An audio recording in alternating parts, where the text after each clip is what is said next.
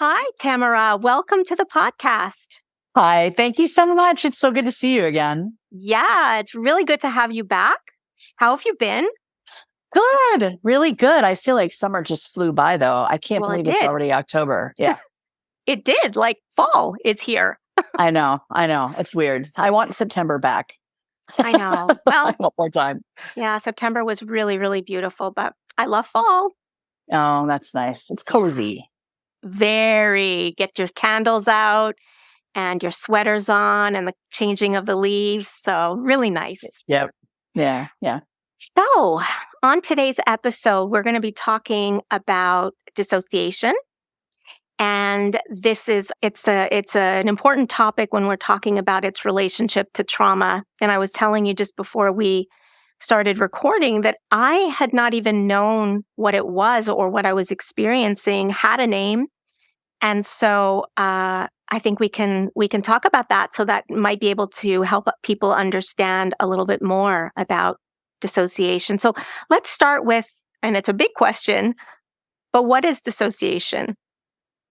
Dissociation, the way I think of it, is that it exists on a continuum of normal to excessive. So normal dissociation, the classic example is you're driving down the freeway and you miss your exit. And then all of a sudden you're like, wait, how come I'm 2 miles away from where I was supposed to turn off? That's like one classic example. And dissociation that can also encompass things like daydreaming, feeling spacey, feeling kind of out of it. And then more severely, when dissociation can become problematic, it's when it involves, and I can say more about this, but just to introduce it, it involves things called amnesia, derealization, depersonalization, identity confusion, and identity alteration. And the way I think about dissociation is, because I obviously see a lot of people who have dissociation, is it works until it doesn't. Dissociation is a really important defense that we need when our systems are overloaded, particularly during child or developmental trauma, but adults too. In fact, I had an experience a year and a half ago where I got assaulted and I was running. I'm fine, minor injuries, but still it was deeply unpleasant. And I was running and it was like, if I look back on that incident, it was like I teleported from one block to the next because I don't remember how I got there. I just because the person was chasing me. So I was like running and trying to figure out how to get my phone to call 911 and everything. And I blacked out. I mean, I just dissociated because my system was so overwhelmed. I was so scared. So that's what happens. But the more minor forms of it, I think it's important to remember some of the minor forms of it. Not only are they normal, there's some research that people who are like daydreamers, they may be more intelligent. I mean, we don't know. There's limited data, but you have to think of dissociation as a really complex phenomena. I think that it should never be pathologized unless the person feels it's something they want to work on. And there's a lot of important things about how it protects us and how it keeps us safe. Yes. Yeah. And you mentioned a word, amnesia. And again, I think that's probably on a spectrum as well. But a lot of people have gaps who've had trauma or childhood trauma, a lot of gaps not remembering maybe big parts of their childhood. Yeah. And is that because perhaps we were in a state of dissociation? I'm not sure. I mean, dissociation is complicated because we're really dealing with the nature of consciousness itself, right? Which is not really well understood. But I'll tell you how I think about it. I know that phenomena you're describing. I mean, so many of my clients don't remember anything until high school. Some college, some not until college. Really, it's just like fragments and shards of fragments. Yes. I think that yes, it could be that people are dissociating, but also intense anxiety. Intense anxiety is so distracting that it's difficult to lay down memories. So think about the last time you were really anxious. How well do you remember what was going on, right? I mean, when we're really anxious, we can't think. And so it's hard to take in what's happening in our environment. And during trauma, right? And dissociation, I should mention, dissociation is more common in betrayal trauma. And so betrayal trauma is when we are abused by someone we need, by a caretaker, someone we love. And so the other thing to think about with dissociation is we can't, if we're being abused by a caretaker, we can't fully let that in because we need them and we can't escape. So dissociation is an escape when there is no escape. Yes. We can't leave. We're trapped with the person. So we leave our minds and our bodies in order to, it's a way of keeping yourself alive psychically. Yeah. Yeah. Which is brilliant. And I've talked to all kinds of people, and I even have friends who have association on more of an extreme level of experiences with extreme trauma, extreme abuse, some with DID, and they don't see it they see it as just this beautiful way the body protected them. Yep. And I agree so much. And I know that animals, in a way, do this when they are threatened.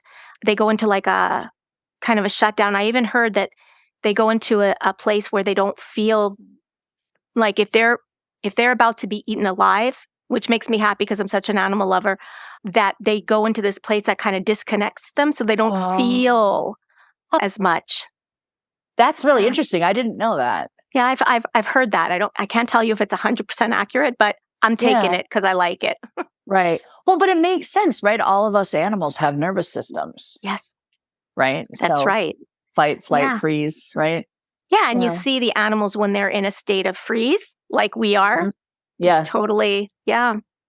Yeah. So one of the things that I've also noticed, let's say with people who have had complex trauma and their childhoods were overwhelming, terrifying, scary, and it was repeated.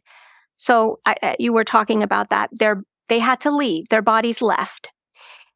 And it does, this is where I think it can create problems for you because it goes with us into adulthood. We don't expect that. We think, okay, well, we outgrew our childhood, so that's gone. And then suddenly we're like, why is this happening? I know that was the story with me.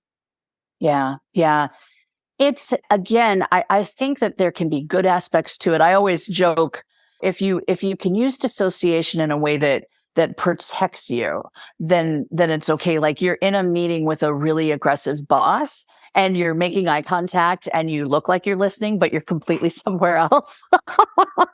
I'm like, that is such a great use of dissociation. Good for you, you know? Unless they start to ask you questions. Then right, you're like, and then you're like, wait, okay, I got to come back real quick. Yeah, I mean, because the body doesn't, what happens, okay, so a few things. The body, as you well know, with trauma, with complex trauma, it takes the body a long time to learn when it is safe. And in complex trauma, I don't know that people ever achieve a homeostasis of safety. I wish that were true. It's more that there are just ebbs and flows of today's a good day. I don't know why. I mean, and sometimes we just don't know why. It's just like some days are good. Some days you feel more threatened. Who knows? Sometimes people are dreaming about stuff. Stress makes people have flashbacks. So anytime people are more stressed, it's just a trigger. Yeah. So, but dissociation, I think, when, again, it's not a problem until it is. And when it becomes a problem, the first biggest thing that I notice with clients I see is, and I think this is true about dissociation in general, is the problem with it is it prevents us from learning from experience. Say that again? Yeah. Dissociation prevents us from learning from experience. So think about a young person who's dating and they're dating a bad actor, somebody who triggers them, but rightly so, because they don't have the person's best interest in mind. They're going to hurt them. They're going to betray them. Maybe they're even aggressive with them. And so then what people will do is they'll just start to check out. And I'll have this with clients where they come in and they'll try to tell me about a conflict with a partner. And I'm like, well, what happened? Can you tell me? And they just don't really remember. Yes. And so in relationships, the only way any of us can really protect ourselves is we have to identify that person's not good for me, or that behavior is unacceptable and I need to address it. If we leave the room, we can't protect ourselves. We can't say, wait, I've been here before. I know how this story is going to end. And so that's why it's a little bit like Groundhog Day sometimes with trauma survivors, because They're trying really hard to be connected to people because it's so important. But I think that's one big reason people can miss threatening signs. Because if you leave, you don't know you're in danger, right? Oh, that is such a good point. I mean, I can even remember times where I didn't remember. I know you upset me. I just can't remember how, but you really, Yes. really did. Yes, Yeah. exactly. Yeah, exactly. And then sometimes people will come in and they'll be like, I went off on my boyfriend or I went off on my girlfriend. And it's like, okay, but what happened? And they may not have any memory of Mhm, what the other person did that made them feel unsafe. And mhm. sometimes it's these really egregious things, but so then they end up trying to kind of fighting or trying to stand up for themselves, but they don't remember the sequence of things. Right. And then they end up feeling really bad about themselves. And Mhm. this is what people will come in and say, like, well, I just went off on my partner. It's like, well, really, let's just try to think about that a bit more. And often you find that the situation is much more nuanced and complicated. Yeah, and it's the same thing you were saying about anxiety. Like when anxiety happens to us, the prefrontal cortex goes offline and we're not able to be here or pay attention. So I think it's like all of that. I'm wondering if there's any suggestions. Like, I mean, I have a couple, not that I always practice it, but I know them and sometimes I do. And maybe you can suggest some. I can share what I know. Yeah, like for how to deal with it. If there's any, yeah, like any Yeah. tips on how to keep you in the room. Yeah. So there's kind of the long-term approach that I use, and then there's the shorter-term approaches that are really useful in the moment, I think. My favorite, of course, are the dialectical behavior therapy grounding techniques. I just think they're so elegantly simple and they're often overlooked. And these are strategies like, so you just think of your senses, right? So how do you get yourself to feel more connected? Well, a lot of people will say to me, well, I pinch myself to try to feel in my body. And it's like, well, you could do that.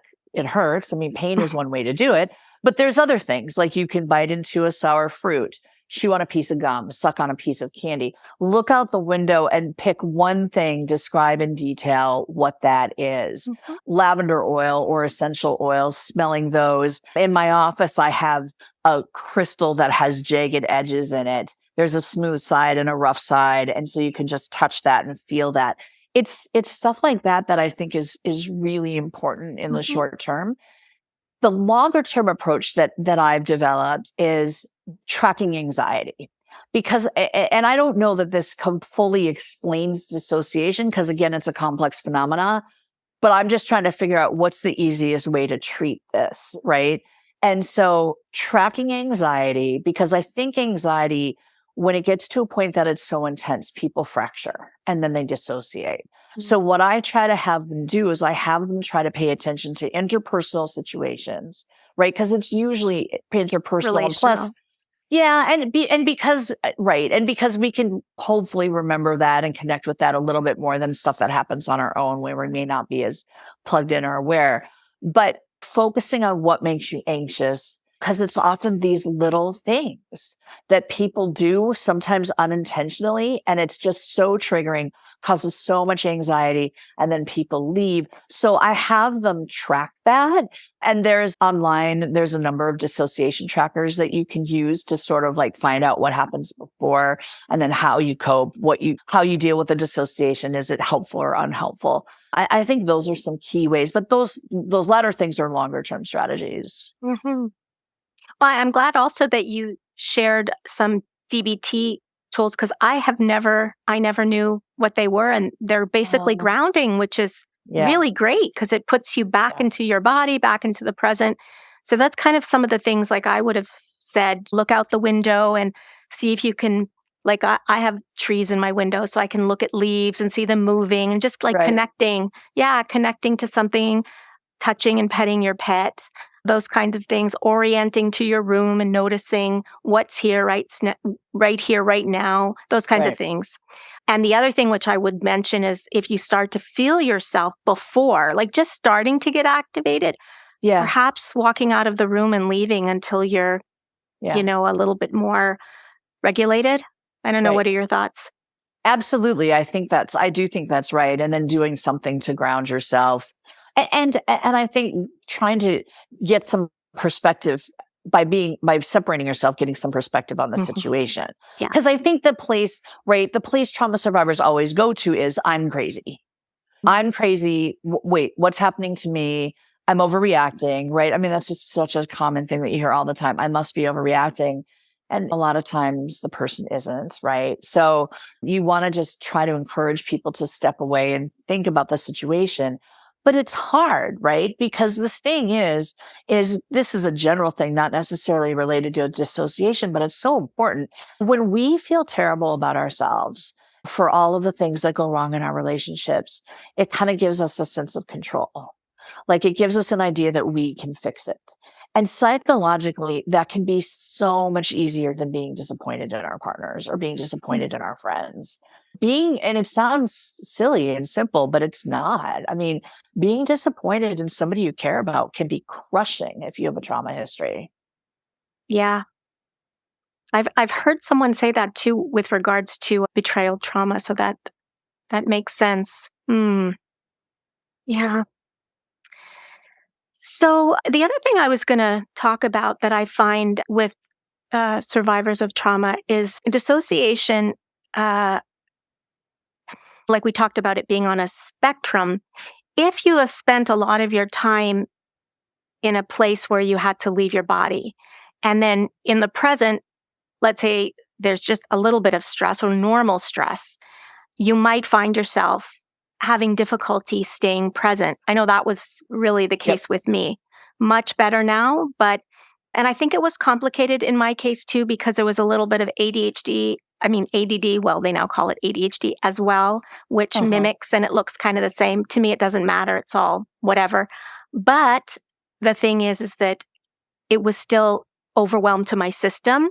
and not Right. able to stay. And I think grounding yourself is the most important thing, is to find something to bring you back. Yeah, and I think I love how you said that about ADD and ADHD, because it's hard to parse out what's what, Yeah. right? But I think in a way, like you say, it doesn't really matter. It's the system is overwhelmed. Yeah. The system has trouble organizing, keeping track of things. It's easy to get overstimulated. Yeah. So I think trying to focus on those things, becoming aware of when you start to feel overstimulated, and then figuring out a plan of how to take care of yourself, I think is really crucial. Yes. Yes. Yeah. So, and I just think all of these things with the dissociation and just not understanding what's happening, giving language and normalizing it all is so, Yeah. so helpful. Yep. Yeah, because a lot of times people, well, as you started this, you were saying, yeah, a lot of people don't understand dissociation. And I would say that a lot of people in my field don't get trained in it. I certainly didn't. Yeah. I mean, I knew what it was, but then in order to write about it and talk about it more, I did like extensive research. I interviewed experts. I read all this stuff. I looked at the different models of dissociation. And I think that actually, it was Bethany Brand, who I know has been on your show. It was her research and I think this is probably understated, but I think it was her research that said that people with dissociation see 8 to 10 clinicians before they find someone who understands what's going Mm. on. Mm. And so, again, I think that's another thing for people to keep in mind, because it can feel very shameful to not find a therapist that you connect with, to not find somebody who you feel like understands you. But if it's not a good fit, it probably is because the therapist isn't really trained in what you need. And you just have to keep looking until you can find somebody who understands. Yes, that's good. Exactly. Yeah. And I've heard the same thing for dissociation. Yeah. Yeah. Yeah. So, is there anything else that maybe I didn't ask you that you would like to share about this topic? Yeah, I would say a couple things. So we always think of, when we think of dissociation, or when more severe dissociation, people think of DID. But I want to mention also that derealization and depersonalization are two really serious symptoms of dissociation that can cause incredible distress and discomfort. So they're a little bit overlapping in terms of their definitions, but derealization is feeling out of it, spacey, and is feeling out of your body. One example from somebody who had an extreme moment of depersonalization, woke up and didn't recognize their partner. So it's being so far removed. In really severe cases, depersonalization and derealization, they can be very debilitating. So again, it's just important to find somebody who can help you understand how to deal with that. People have had, first of all, people are dissociating even in a mild form. Often it is because that has been a defense mechanism, a coping strategy they've learned young. When it's DID, which stands for dissociative identity disorder, used to be called, what was it called before? Multiple personality Yes. disorder. Right. For that to happen, even the people that I have a friend who has it. I mean, it was severe abuse. Yeah. So it makes sense. Yeah. Yeah. Of course. Of Yeah. course. Yeah. Yeah. But again, I think we don't really know all of the nuances for sure about what causes it. But to say clearly, the data, the best data for what causes dissociation is trauma, hands down. I mean, there's some other folks who think that there are other causes, but if you look at the data, it's just really clear that trauma and dissociation are linked. Yeah. I mean, I don't know if I've ever met or spoke to anyone who has that and hasn't. Oh, right. Yeah, of course. Yeah. Yeah. So what are your plans? Are you planning on writing more? Because you've written how many books so far? 6. Yes. And your last one was the time before that was, tell me what it's called again so the readers can. Oh, yeah. So the last one was the complex PTSD coping skills workbook. The one before that was the complex PTSD